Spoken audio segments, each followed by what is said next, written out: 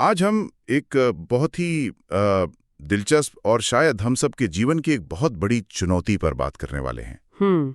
ये विचार निकला है 29 मार्च 1982 की शिव बाबा की एक मुरली से और उस पे हुए गहरे चिंतन से। और विचार बहुत सीधा सा है। हाँ, गुणमूर्त कैसे बने, मतलब अच्छाइयों को देखना और उन्हें अपने जीवन का हिस्सा बनाना। कहने में तो बहुत आसान लगता है। बहुत आसान, लेकिन हम सब जानते हैं कि असल जिंदगी में ये शायद सबसे मुश्किल कामों में से एक है।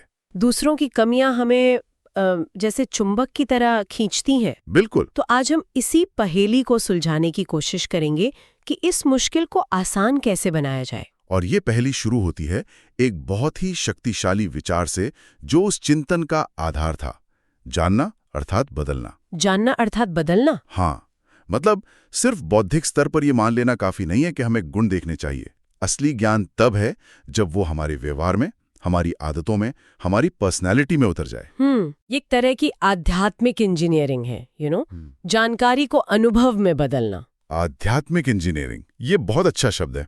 चलिए तो इस इंजीनियरिंग के पहले हिस्से को खोलते हैं। जरूर। उस चर्चा में एक बहुत मजेदार बात सामने आई कि दूसरों के अवगुणों को देखना या उनके बारे में बात करना वो अपनी ही शक्तियों को कमजोर करने जैसा है। मुझे ये बात बहुत गहराई तक छू गई क्योंकि हम अक्सर इसे बहुत हल्के में लेते हैं। बिल्कुल, और इसे और आसानी से समझने के लिए एक बहुत शक्तिशाली उपमा दी गई कि अवगुण देखना एक प्रकार का अशुद्ध भोजन ग्रहण करने जैसा है। अच्छा। सोचिए, हम अपने शरीर के लिए कितना ध्यान रखते हैं, क्या खाना है, क्या नहीं खाना है, ऑर्गेनिक है या नहीं। हाँ, बिल्कुल। लेकिन हम अपने मन और बुद्धि में क्या डाल रहे हैं इसका कोई हिसाब ही नहीं रखते। ये अशुद्ध भोजन वाली बात तो आज के दौर में और भी ज्यादा लागू होती है। सोशल मीडिया पर किसी के बारे में नेगेटिव कमेंट पढ़ना, हाँ, ऑफिस की गॉसिप सुनना या न्यूज में सिर्फ आलोचना देखना। हाँ, ये सब भी तो एक तरह का मानसिक जंक फूड ही है। एकदम। हम उसे कंज्यूम कर लेते हैं और फिर हमारा मन घंटों तक बेचैन रहता है, भारी महसूस करता है। एकदम सही। और इस मानसिक जंक फूड का एक और साइड इफेक्ट है। समाज में अक्सर दूसरों की कमियों को पकड़ लेने वाले को बहुत होशियार या नॉलेजफुल समझा जाता है। हाँ, ये तो है। ऐसा लगता है जैसे उसके पास कोई खास जानकारी है। बिल्कुल। लेकिन बाबा ने इस परिभाषा को ही बदल दिया। उस चिंतन में ये स्मरण दिलाया गया कि असली नॉलेजफुल वो नहीं जो कमी को जानता है, बल्कि वो है जो उस कमी को जानकर उसे बदलने की निस्वार्थ सेवा करता है। बाबा का एक सवाल था, बदल के दिखाया या बदला लिया? वाह! ये एक छोटा सा सवाल पूरे नजरिए को बदल देता है। असली शक्ति बदलने में है, बदला लेने या उस कमी का ढिंढोरा पीटने में नहीं। ये बात सोचने वाली है। मैं हमेशा सोचता था कि नॉलेजफुल होने का मतलब है सब कुछ जानना, जिसमें दूसरों की कमियां भी शामिल है। लेकिन ये परिभाषा की असली नॉलेजफुल वो है जो बदलने की सेवा करे, ये तो गेम ही चेंज कर देती है। पर यहीं पर एक प्रैक्टिकल सवाल खड़ा होता है। क्या? मान लीजिए किसी की कोई कमी हमें साफ साफ दिख रही है और उस कमी की वजह से हमें या हमारे काम को सच में कोई समस्या हो रही है, तब क्या करें? उसे अनदेखा करना तो मुश्किल है। ये सबसे जरूरी सवाल है और इसका जवाब बहुत गहरा है। जवाब है रहम दिल बनना। रहम दिल? हाँ, और रहम का मतलब कमजोरी या तरस खाना नहीं है। आध्यात्मिक संदर्भ में रहम एक बहुत शक्तिशाली और सकारात्मक भाव है। अच्छा। जैसे ही मन में किसी के लिए रहम का भाव आता है तो गुस्सा, चिड़चिड़ाहट और नफरत की जगह करुणा, क्षमा और शुभ भावना ले लेती है। आप उस व्यक्ति को उसकी गलती से अलग करके देखने लगते हैं। आपको उसका अवगुण नहीं बल्कि उसकी बेबसी या उसकी अज्ञानता दिखाई देती है। लेकिन यहाँ एक बारीक लाइन है। क्या ये रहमदिल बनना एक तरह का इनेबलमेंट नहीं है?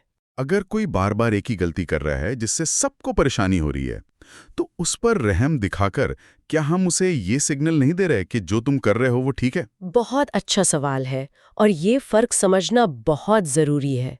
रहमदिल होने का मतलब ये नहीं है कि हम गलत को सही ठहराएं या खुद को नुकसान पहुंचाएं। ओके। उस चिंतन का सार था, समस्या का हिस्सा नहीं, समाधान मूर्त बनना है। समाधान मूर्त? हाँ, स्वयं को पूरी तरह सुरक्षित रखते हुए उस आत्मा को बचाने का प्रयत्न करना ही सच्ची रहमदिली है। और इसके लिए 3 शस्त्र बताए गए। क्या थे वो? पहला, मनसा सेवा। मन ही मन उस आत्मा को बहुत शक्तिशाली सकारात्मक वाइब्रेशंस देना, शुभकामनाएं देना। ठीक है।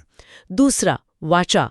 अगर सही मौका और संबंध हो तो बहुत प्यार और सम्मान से उसे ज्ञान का कोई बिंदु सुनाना या सही रास्ता दिखाना। और तीसरा और सबसे शक्तिशाली, कर्मणा, खुद सही कर्म करके एक मिसाल कायम करना। मतलब एक्शन लेना है, लेकिन गुस्से या बदले की भावना से नहीं, बल्कि मदद करने की भावना से। ये पूरी तरह से अपनी आंतरिक स्थिति को बदलने की बात है। बिल्कुल, क्योंकि जब आप मदद करने की भावना में होते हैं तो आपकी ऊर्जा टकराव वाली नहीं बल्कि समाधान वाली होती है। आप उस परिस्थिति में उलझते नहीं बल्कि उससे ऊपर उठ के उसे सुलझाते हैं। तो रहमदिल बनना एक समाधान है, लेकिन कई बार हमारा मन रहमदिल बनने के बजाय सीधे वकील और जज बन जाता है। इसने ऐसा क्यों किया, इसे ऐसा नहीं करना चाहिए था, इसके साथ तो ऐसा ही होना चाहिए। हमारा मन अंदर ही अंदर एक पूरा कोर्ट रूम बना लेता है। सही बात है। उस बैठक में इस टेंडेंसी से निपटने के लिए भी एक बहुत दिलचस्प तरीका सामने आया था। हाँ, और ये तरीका जितना सरल है उतना ही शक्तिशाली है। बाबा ने मुरली में कहा कि हम सब आपस में भाई भाई हैं, हमें एक दूसरे के लिए जज या वकील नहीं बनना है। अगर हमें किसी की कोई बात अनुचित लग भी रही है तो ज्यादा से ज्यादा हम उसे प्यार से श्रीमत यानी जो डिवाइन गाइडेंस है वो याद दिला सकते हैं। एक रिमाइंडर की तरह। हाँ, एक रिमाइंडर की तरह, ना कि एक आरोप की तरह। और अगर वो फिर भी ना माने तो उसके बाद क्या? क्योंकि असली बेचैनी तो तभी शुरू होती है। उसके बाद का कदम सबसे महत्वपूर्ण है। उस बात को बाबा की सुप्रीम कोर्ट में एक अर्जी डालकर छोड़ देना है। अच्छा, बस मन ही मन बाबा को बता देना है कि बाबा ये परिस्थिति है, ये आत्मा ऐसे कर रही है, मैंने अपनी तरफ से कोशिश की, अब ये केस आपके हवाले। लेकिन ये बाबा की सुप्रीम कोर्ट में अर्जी डालना, क्या ये एक तरह का आध्यात्मिक सरेंडर है, या ये सिर्फ अपने मन को ये समझाने का एक तरीका है कि अब ये मेरी जिम्मेदारी नहीं है, ताकि हम उस बोझ से मुक्त हो सकें? ये दोनों है। अच्छा। हाँ, ये एक मनोवैज्ञानिक टूल भी है और एक गहरा आध्यात्मिक अभ्यास भी। मनोवैज्ञानिक स्तर पर यह आपको किसी और के व्यवहार की जिम्मेदारी से मुक्त करता है जिसे आप वैसे भी नियंत्रित नहीं कर सकते। सही बात है। ये आपको व्यर्थ सोचने के लूप से बाहर निकालता है। और आध्यात्मिक स्तर पर यह गहरे विश्वास का प्रतीक है। ये मानना कि एक सुप्रीम जस्टिस की शक्ति है जो हर आत्मा को उसके कर्मों के अनुसार सही रास्ता दिखाएगी। मैं अपना अनुभव बताती हूँ। शुरू में जब मैं किसी के बारे में बाबा को अर्जी डालती थी तो भी मन में बार बार चेक करती थी कि बाबा ने कुछ किया या नहीं। हाँ, ये तो होता है। बाद में समझ आया कि अर्जी डालने का मतलब है पूरी तरह से छोड़ देना। ये भरोसे का अभ्यास है। धर्मराज का काम हमारा नहीं है। और ये याद रखना मन को बहुत हल्का कर देता है। ये तो सच में मन को बहुत हल्का करने वाली विधि है। अच्छा, इसी से जुड़ा एक और प्रैक्टिकल पहलू उस चर्चा में उठा था।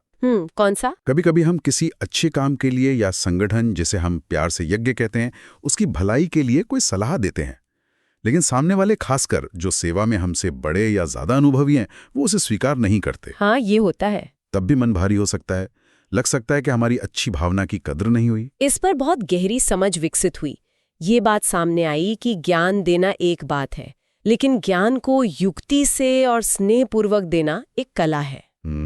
कला है। हाँ, हर आत्मा को एक ही चाबी से नहीं खोला जा सकता। अगर हम बड़ों को पहले सम्मान देकर, उनके अनुभव की सराहना करके, फिर एक दोस्त की तरह अपनी बात रखें तो उसका असर बिल्कुल अलग होता है। अच्छा। वहीं छोटों को प्यार और अधिकार से समझाना होता है।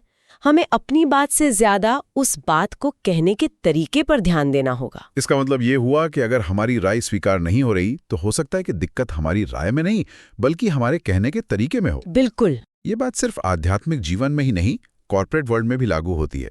फीडबैक देते समय कहा जाता है कि पहले आप सामने वाले के काम की तारीफ करें, फिर सुधार की गुंजाइश बताएं। एकदम। ये सम्मान और स्नेह वाली बात हर जगह काम करती है। सही है। कार्य तो कल्याण का ही करना है, लेकिन किस रीति से करना है इस पर चिंतन करना जरूरी है। और अगर हर युक्ति अपनाने के बाद भी बात न बने तो बस उसे बाबा को सुनाकर उपराम हो जाना चाहिए। अपनी तरफ से नेक इरादे से प्रयास किया और फिर साक्षी हो गए। टकराव में आने या मन में मैल रखने की कोई जरूरत नहीं है। और इन सब बातों की जड़ में एक बहुत ही गहरा रहस्य है जिस पर उस बैठक में आखिर में बात हुई। वो है हमारी अपनी आंतरिक भावना का बाहरी परिस्थितियों पर असर। यह अनुभव किया गया कि जिसके प्रति हमारे मन में शुभ भावना और शुभकामना होती है, उसकी कोई बड़ी गलती भी हमें ज्यादा नहीं चुभती।